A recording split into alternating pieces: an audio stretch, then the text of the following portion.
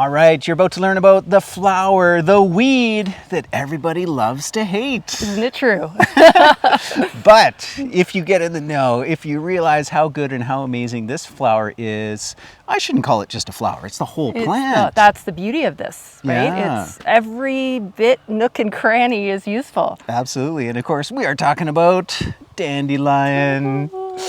And once you shift your perspective, I know it can cause a lot of high blood pressure for people, stress. Absolutely. But you and I were saying, we come out to this field, dandelions everywhere, and it just lights us up. Absolutely. I think I just ear-to-ear grin immediately.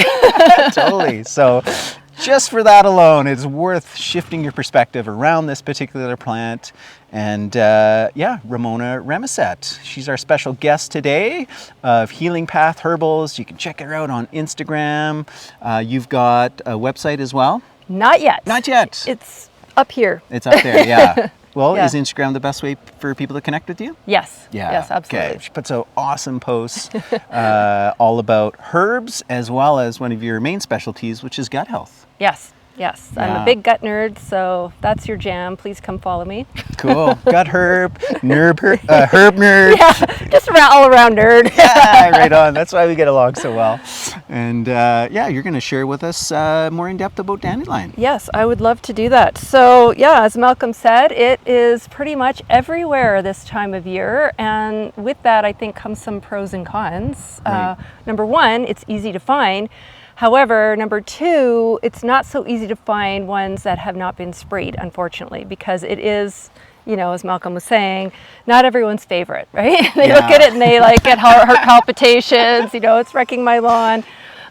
So you do want to be mindful of that when you're going out to gather your dandelions. I am very lucky. I have friends with wonderful acreages. Yes. They're like, come pick my weeds anytime. So I can do that. But just do a little bit of homework. Ask your friends, if you do have friends with land, if you can come out. I'm sure they'll be more than happy to have you come there and steal some of their dandelions. Parks, I would not necessarily say that's a great spot, It's true. particularly in the city. And roadsides and ditches as well, just because anything near a roadside, you are getting that exhaust off the vehicles. The busier the road is, the more that there is. So while there may be an abundance there, that's generally not a great spot, I would say, to gather from. But when you stumble upon a jackpot like this, then get at her. Yeah. Well, first you do a little happy dance. Yes, that's right. Thank you. And, that kind of comes back to the whole idea of responsible foraging too, right? You're not just going to run in there and start, whatever. I like to come out here, connect with the plants, right? Spend some time. In a lot of cultures around the world, they'll give some kind of offering or some kind of thanks. Luckily, no one was here the other day when I was foraging because I was singing aloud. Right. Yeah. Sort of singing some songs of thanks to the dandelions, so nobody had to hear that, thankfully, except for the plants. But just kind of keep those general practices in mind, the good foraging habits when you're out there. And they are in abundance, so I wouldn't say that you can necessarily overpick something like dandelion, but we do want to leave them for the bees, we want to leave some for the pollinators, so just keep that in mind as well.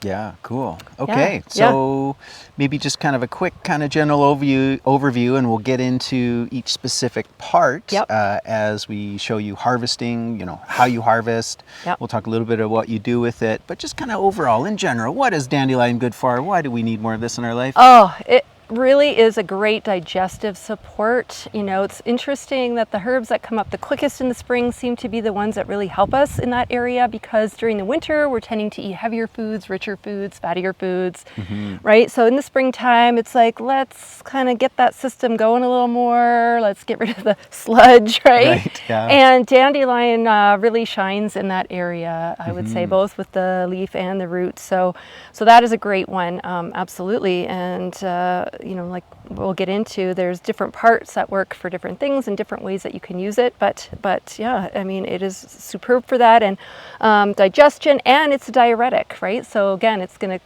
help with the digestive system, but it's also going to help flush out areas like the kidneys. In French, it is known as pissenlit, which means pee the bed. So Yeah. you will pee a lot if Right. you eat or drink a lot of dandelion, right? One of the things I've read about dandelion, what makes it such a great diuretic is not only its action that it is a diuretic, but that it's so full of minerals. Because oftentimes you think about, okay, I'm just going to like lose all my minerals. I'm just kind of peeing. Yeah. It's so full of minerals. It is. It helps Yeah. kind of balance or counteract that. Absolutely, yes, absolutely. So you don't need to really have that concern if you happen to be drinking a lot of like something like dandelion tea or whatnot. Yeah. I do want to mention there are some lookalikes, believe it or not. So thankfully none are poisonous or toxic.